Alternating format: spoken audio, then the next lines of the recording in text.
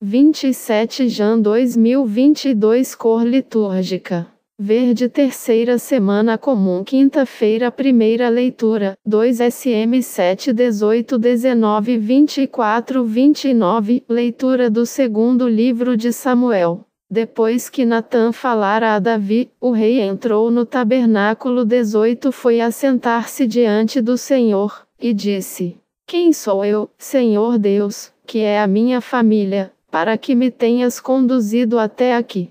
19 Mas, como isto te parecia pouco, Senhor Deus, ainda fizeste promessas à casa do teu servo para um futuro distante. Porque esta é a lei do homem, Senhor Deus. 24 Estabeleceste o teu povo, Israel, para que ele seja para sempre o teu povo. E tu, Senhor, te tornaste o seu Deus. 25 Agora, Senhor Deus, cumpre para sempre a promessa que fizeste a teu servo e à sua casa, e faze como disseste. 26 Então o teu nome será exaltado para sempre, e dirão: O Senhor Todo-Poderoso é o Deus de Israel. E a casa do teu servo Davi permanecerá estável na tua presença.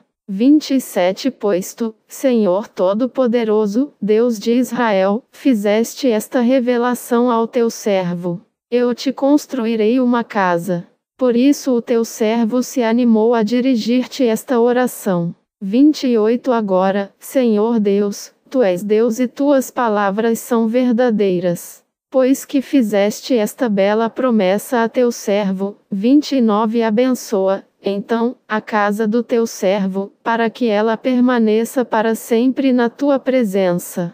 Porque és tu, Senhor Deus, que falaste, e é graças à tua bênção que a casa do teu servo será abençoada para sempre. Palavra do Senhor. Graças a Deus. Responsório, SL 131, o Senhor vai dar-lhe o trono de seu pai, o rei Davi. O Senhor vai dar-lhe o trono de seu pai, o rei Davi. Recordai-vos, ó Senhor, do rei Davi e de quanto vos foi ele dedicado, do juramento que ao Senhor havia feito e de seu voto ao poderoso de Jacó. Não entrarei na minha tenda, minha casa, nem subirei a minha cama em que repouso, não deixarei adormecerem os meus olhos, nem cochilarem em descanso minhas pálpebras, até que eu ache um lugar para o Senhor, uma casa para o forte de Jacó. O Senhor fez a Davi um juramento, uma promessa que jamais renegará. Um herdeiro que é fruto do teu ventre colocarei sobre o trono em teu lugar. Se teus filhos conservarem minha aliança e os preceitos que lhes dei a conhecer, os filhos deles igualmente hão de sentar-se eternamente sobre o trono que te dei. Pois o Senhor quis para si Jerusalém, e a desejou para que fosse sua morada. Eis o lugar do meu repouso para sempre, eu fico aqui. Este é o lugar que preferi. Evangelho, MC 4, 21, 25. O Senhor esteja convosco. Ele está no meio de nós. Proclamação do Evangelho de Jesus Cristo segundo Marcos. Glória a vós, Senhor. Naquele tempo, Jesus disse à multidão: 21 Quem é que traz uma lâmpada para colocá-la debaixo de um caixote, ou debaixo da cama? Ao contrário, não a põe num candeeiro. 22 Assim, tudo o que está escondido deverá tornar-se manifesto, e tudo o que está em segredo deverá ser descoberto. 23 Se alguém tem ouvidos para ouvir, ouça. 24 Jesus dizia ainda: Prestai atenção no que ouvis. Com a mesma medida com que medirdes, também vós sereis medidos. E vos será dado ainda mais. 25 Ao que tem alguma coisa, será dado ainda mais. Do que não tem, será tirado até mesmo o que ele tem. Palavra da salvação. Glória a vós, Senhor. Homilia diária. Deixe a luz de Deus brilhar em você. 27 de janeiro de 2022 Respondendo à pergunta de Jesus. Não, a lâmpada foi feita para iluminar Uma luz não pode ser colocada debaixo de uma cama, não pode ser colocada escondida. Essa pergunta que Jesus faz está respondida. Costumamos esconder a lâmpada ou temos medo de acendê-la em nossa vida, sobretudo na nossa humanidade. Temos muita dificuldade de encarar a nossa verdade, de olhar aquilo que nós precisamos mudar em nós. Mas com muita coragem, não queremos ver o que está escondido dentro de nós, temos muita dificuldade. Na vida cristã, isso se manifesta através do medo de uma confissão, de uma direção espiritual, de receber uma oração, de uma partilha do coração, falar do coração, uma partilha num grupo, medo de ler a palavra de Deus, de parar para escutar Deus, talvez num retiro. Isso pode se manifestar assim, porque temos medo de enxergar o que existe dentro de nós. Temos medo de enfrentar o que nós precisamos mudar e, muitas vezes, impedimos que a luz de Cristo brilhe em nós. Deus é a luz, e onde Ele chega com a sua luz, chega a libertação, a salvação e a mudança de vida. Isso pode acontecer também na vida social. Pessoas que têm medo de uma terapia, medo de se abrir com alguém, com profundidade, de falar de si, de colocar algo de si. Por isso colocamos a luz, muitas vezes, em lugares errados, como cita Jesus na pergunta. Debaixo da cama, do caixote aqui, poderíamos dizer hoje. Nós gostamos de colocar, muitas vezes, a luz na vida dos outros, nos problemas dos outros. Nós colocamos luz nas realidades da vida do outro, mas não gostamos de colocar a luz nos nossos problemas. Deixamos de cuidar da alma e do coração porque não queremos ver a verdade. A mudança requer sinceridade e autenticidade. São palavras muito importantes. Sinceridade e autenticidade, deixar a luz penetrar em tudo, não apenas em pedaços de nós, partes de nós, mas deixar a luz de Cristo iluminar todo o nosso ser. Tudo o que está em segredo deverá ser descoberto. Você não precisa dizer tudo para todos, mas, pelo menos, você diga tudo de você para uma pessoa, para alguém que você ama e confia, porque sabemos que o mal vive nas trevas, mas Deus é luz, e onde Ele chega com a sua luz, chega a libertação, a salvação e a mudança de vida. Permita, hoje, que a luz de Cristo ilumine você. Permita que a força desta palavra atinja o seu coração, atinja a sua vida no mais profundo do seu ser e traga para você a experiência de uma vida nova, de uma libertação.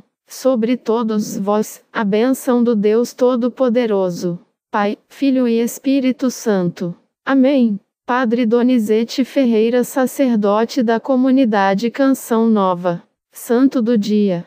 Santa Ângela Mérici. Ângela nasceu em 21 de março de 1474, em Desenzano del Garda, Itália. De uma família muito honesta, materialmente pobre, mas espiritualmente riquíssima, amava muito Cristo e sua igreja. Com o testemunho dos pais, Ângela e a irmã foram crescendo. Desde pequenina, Ângela já tinha uma vida de oração e penitência, onde buscava amar a Deus cada vez mais. Tinha o costume de reunir-se com o pai para ouvir sobre a vida dos santos e começou a nutrir uma devoção a Santa Úrsula. Quando tinha 15 anos, os seus pais e a irmã vieram a falecer. Sendo assim, ela precisou morar com um tio. Mulher de oração, nunca acusou Deus nem se revoltou. Tinha em seu coração o desejo de retornar à sua terra natal para levar uma vida mais austera e penitencial. 5 anos após a morte de seu tio, retornou para Desenzano, dedicando-se às obras de misericórdia espirituais e corporais. Começou a fazer um trabalho muito providencial, confirmado pelo céu, porque teve um sonho de ver jovens com coroas de lírios caminhando para o céu. Naquele discernimento, ela agarrou a inspiração e foi trabalhar servindo jovens que corriam riscos morais. Em 1516, Ângela foi enviada por seus superiores a Brescia para assistir a viúva Catarina Patendola. Na cidade, ela mostrou um laicato cada vez mais comprometido com a caridade, enriquecido pela sensibilidade feminina. Ao receber uma segunda visão, decidiu-se por fazer uma peregrinação por locais sagrados, como Mantua e o Monte Sagrado de Varallo. Em 1524, seu próximo destino foi a Terra Santa. Foi nesta viagem que, de repente, Ângela perdeu a visão. Sem desanimar, ela aceitou a sua deficiência momentânea como um sinal da providência divina, para olhar para os lugares sagrados com um olhar do espírito. Teve a sua visão recuperada enquanto rezava diante do crucifixo. Regressando à Itália, em 1525, foi em uma romaria a Roma, onde alicerçou seu carisma, tanto que Papa Clemente VIII propôs que ela permanecesse na cidade. Contudo, Ângela não aceitou, retornando a Brescia, pois queria cumprir a sua visão celeste. Em 25 de novembro de 1535, com o apoio de 12 colaboradoras, Ângela fundou a Companhia de Santa Úrsula, onde a regra de vida era estar fora do convento dedicando-se à instrução e à educação de mulheres, com voto de obediência ao bispo e à igreja. A ideia principal de Santa Ângela era que as mulheres se santificassem para santificar a família e a sociedade. Faleceu em 27 de janeiro de 1540, com a idade de 66 anos. Seus restos mortais estão na igreja de Santa Afra, na Brescia.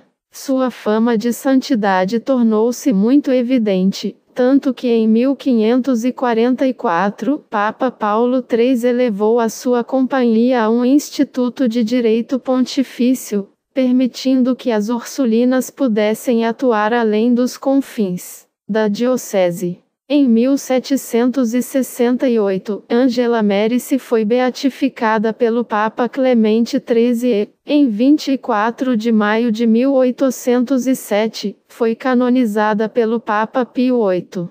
Santa Ângela Merici, rogai por nós.